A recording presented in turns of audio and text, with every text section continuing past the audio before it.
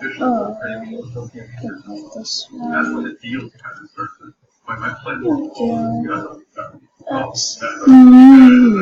That's no.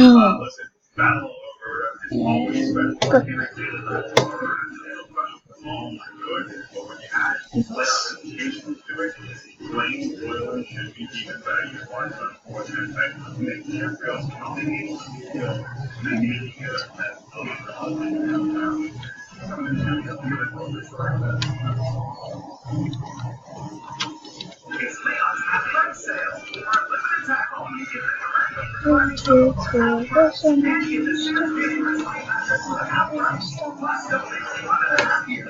start the countdown. It always does that as soon as somebody does. Police in Texas have confirmed 3 separate package bombs are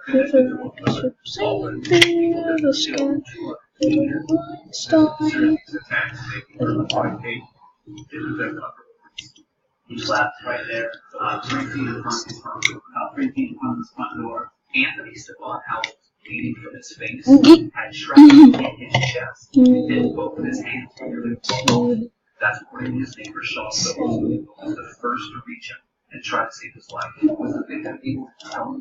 No, he wasn't even responding to his name. His eyes were open, and he went glazed over. How's his 8-year-old daughter inside at the time? He died on March 2nd. Yesterday, 10 days after his death, police received reports of 2 more explosions. The first came at 6:44 a.m. Monday. A teenager was killed when he picked up a package and brought the bomb inside his kitchen. The second call was at 11:50 a.m. A 75-year-old woman was critically injured by a blast that happened on the porch. This is not something that we have seen happen in our country for quite some time, and it's absolutely nothing that has ever happened at all. Brian Manley, the interim police chief at Albany, says the explosives were disguised as packages left overnight near the victim's front doors. Did the packages explode when the persons picked them up? Every single time. We have had packages that exploded when the victim picked that package up. We have also had one where the victim actually picked the package up, brought it into the residence, and opened it up, and it exploded at that point. The chief says these packages are not being mailed or coming from any official delivery service. I have not seen anything that is as places to terrorists at this point. We're keeping our focus as wide as possible. People have been told to keep that package at the doorstep that looks suspicious and you're not expecting. Call police. We'll check it out. So far, more than 80 people have called. David Beck of CBS News at the scene of Austin, Texas. You're watching Global News. Here's what it says. A wanted for tonight in a midtown apartment building at the center of an arson investigation. Return of the same why the controversial curriculum movie. United as one. That was the theme today. The Canadian government showed support behind an official joint bid with Mexico and the U.S. goes the 2026 FIFA World Cup is over. We are the devil. Apartment building on fire. Even more bizarre, he's the superintendent of the building that burnt. And now we're getting a first-hand account of the terrifying experience and the structure of what happened playing. Jeez. Allied investigators remain on scene here at 4 Bellside Drive. Take a look on as you can see. The police say the still tenants coming here for other days speaking to investigators, looking for the chance to investigate valuables. They're not going to be allowed back into their apartments today. We know that one unit is gutted, but there is some damage to some of the other units. Now, the investigators are trying to determine the exact cause, or they've already determined. However, it was actually started. It was intentional. People screaming from the other side of the patio on the staircase. coming down, just coming head up, and you can see like the orange glow coming in through the window and already and heading around, head up. Andre Cruz says he feels lucky to have escaped his second floor apartment here near Young and Davisville. Waves of heavy smoke broke out around 12:30 a.m. Debris, broken glass, personal items littered the sidewalk outside the apartment building. A high-key safety investigation continued. Andre and his fiancée got out. Their family was trapped in their unit by thick smoke. and seeing your sister-in-law and boyfriend trapped on the third floor of the building. How on a block. They ended up coming out by some police bringing a ladder to the window on the third floor, and they were out fire extinguisher and climbed up the ladder.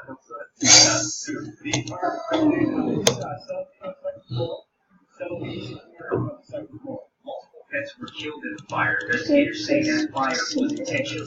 Police arrested 34-year-old Oliver Bradley. A tenant here identifies the man in this footage at the scene as the accused. Oliver faces 7 charges, including arson and assault. They accuse him of threatening to start a fire, then setting one in his apartment and barricading himself inside with his pets. Tenants here say he was the building superintendent, lived here with his girlfriend. I heard of this street stuff. Like they're all streets with each other. Bradley made a brief appearance in That's College Park just on Tuesday to be kept in custody and will make another appearance Wednesday morning. Back at 4 Bellside Drive, some tenants say they could be back in their units in the near future. Others may have to wait some time. Tensions have dropped now, knowing that everyone's okay. Andre and his loved ones had a little help in that regard. While you dropped the wine review, did you have to take some wine after all that? With no wireless stuff after grab a few days ago. I believe it was a bottle of Chardonnay that followed her.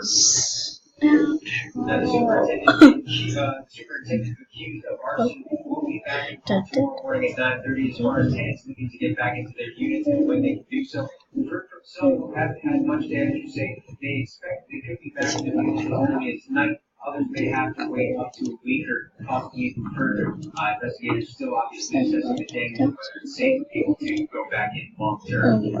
Go back in. There is a point tonight. That's very much. It's a place of window that has been rented out for generations now, and it is a place of what happened.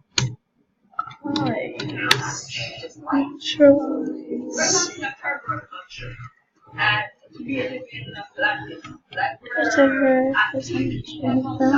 Sharon Edwards knows firsthand about this victim's getting shot.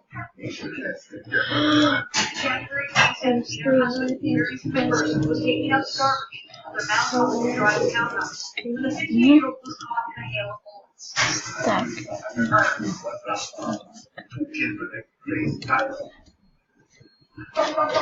Yeah.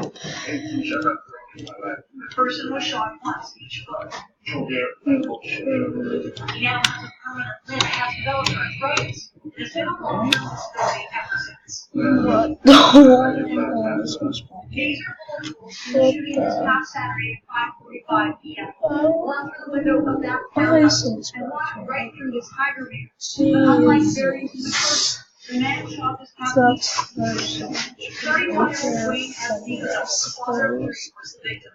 Like the first, he was not known for movies. After each constant death coverage on Mount Olive Drive, the 7th Dallas brother. What does the family say about why was he dead for Vegas? Well, we're not That's the color. No, this won't work.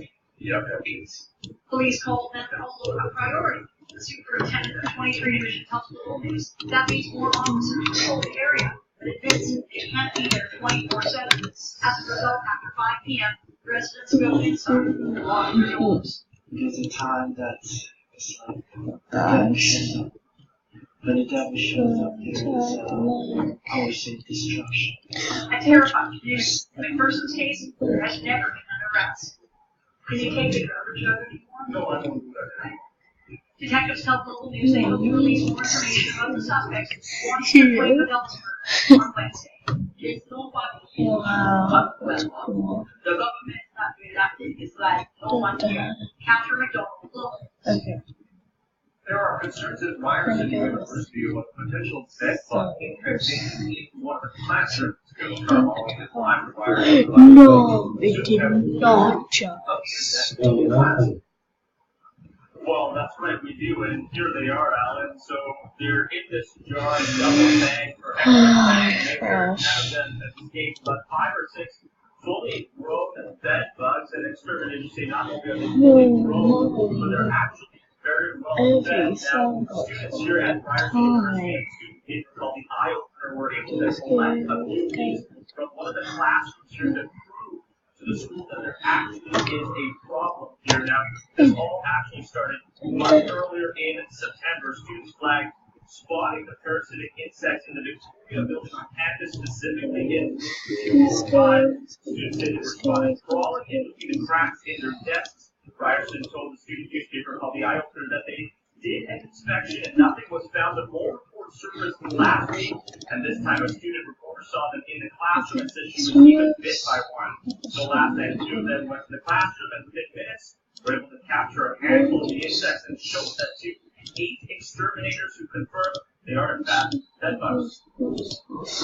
I think just concern that students are going to go back to the classroom and take bugs home with them, and those bugs are going to infest their own homes, which can cause even more stress, especially around this time of year. Exams are coming up, essays are due.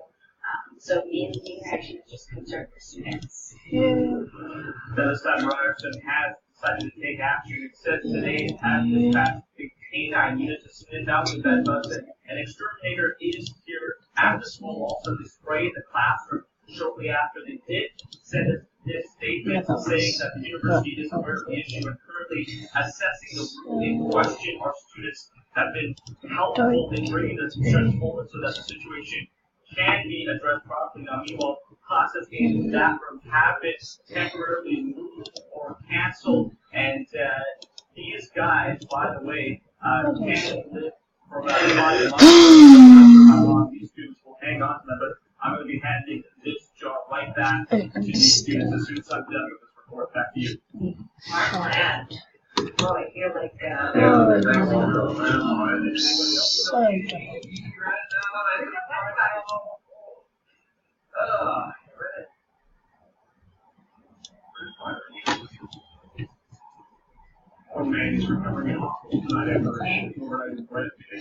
That's better. That's so better. Oh, please.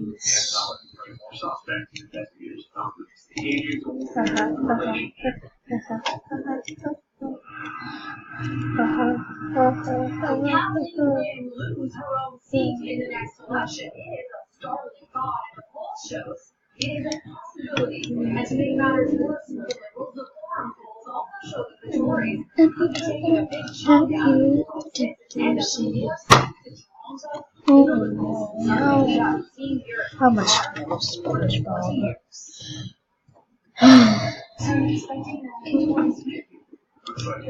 Forum poll on March 11th, the day after Doug Ford. No responsibilities to We also have to crunch the numbers further and see which 416 There. riders could go Tory blue. And the findings are startling.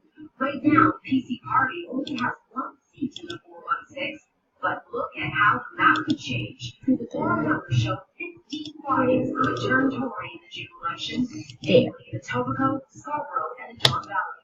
We haven't seen that many PC seats in this city since.